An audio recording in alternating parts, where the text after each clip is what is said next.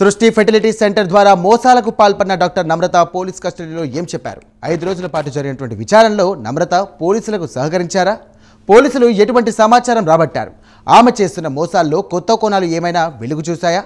ఈ కేసులో పోలీసుల దర్యాప్తులో ఎటువంటి పురోగతి కనిపిస్తోంది? బాధితులకు న్యాయం జరిగే అవకాశం ఉందా? తాజా పరిణామాలు ఏం చెబుతున్నాయి? Let's watch this story.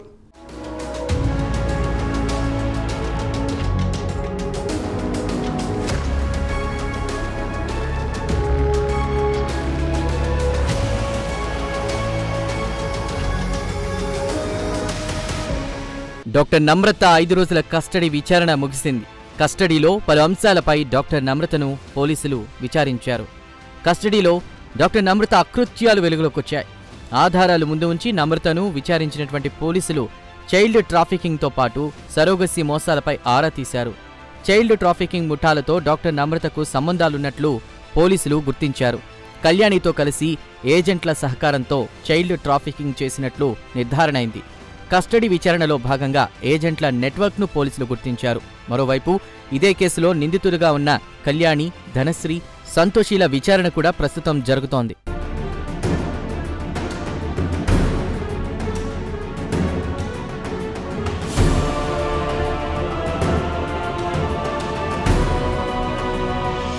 Surrogacy పేరుతో శిశువుల అక్రమ రవాణా, విక్రయాలకు పాల్పడిన యూనివర్సల్ సృష్టి ఫెర్టిలిటీ సెంటర్ కేసులో గోపాలపురం పోలీసులు మరో డాక్టర్ను కూడా అరెస్ట్ చేశారు. వ్యక్తిగత పనుల మీద హైదరాబాద్కు వచ్చిన డాక్టర్ విద్యుల్లతను పోలీసులు అదుపులోకి తీసుకున్నారు. ఈమె అరెస్టుతో ఈ కేసులో ఇప్పటివరకు కటకటాల్లోకి చేరిన వారి సంఖ్య 15కు చేరింది. మరోపక్క డాక్టర్ నమ్రత తమను మోసం చేసిందంటూ మరో 5గురు బాధితులు ఫిర్యాదు చేయడంతో కేసులు నమోదు చేశారు.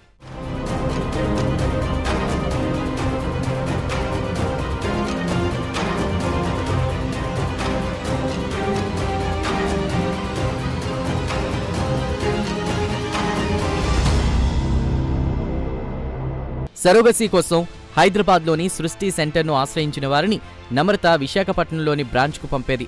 అక్కడ కీలకంగా వ్యవహరించిన డాక్టర్ విద్యుల్లత వారికి హార్మోన్ ఇంజెక్షన్లు ఇవ్వడం తదితరాలు చేసేది. నమ్రత విచారణలో ఈ విషయం గుర్తించిన దర్యాప్తు అధికారులు విద్యుల్లత కోసం గాలించారు. అయితే నమ్రత గ్యాంగ్ అరెస్టు విషయం తెలియడంతోనే ఆమెతో పాటు అనేక మంది ఏజెంట్లు అజ్ఞాతంలోకి వెళ్లిపోయారు. గాలింపు చర్యలు చేపట్టిన పోలీసులు విద్యుల్లతను శంషాబాద్ విమానాశ్రయం వద్ద అరెస్ట్ చేశారు.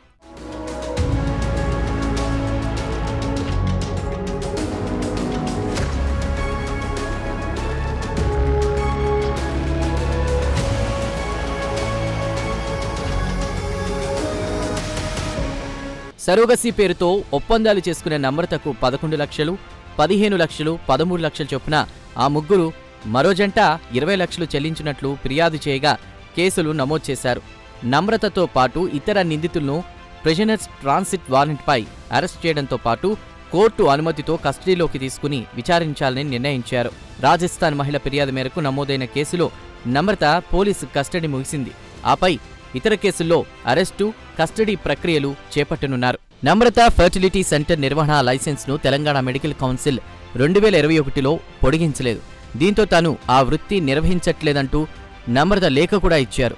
సికింద్రాబాద్లోని గోపాలపురంలో 4 అంతస్తుల భవనంతో పాటు మరో 3 చోట్ల అక్రమంగా యూనివర్సల్ సృష్టి ఫెర్టిలిటీ సెంటర్ నిర్వహిస్తున్నారు. అయితే తన పేరుతో కాకుండా డాక్టర్ సూరి, శ్రీమతి పేరుతో ముద్రించినటువంటి లెటర్ హెడ్స్తో కథ నడిపించారు.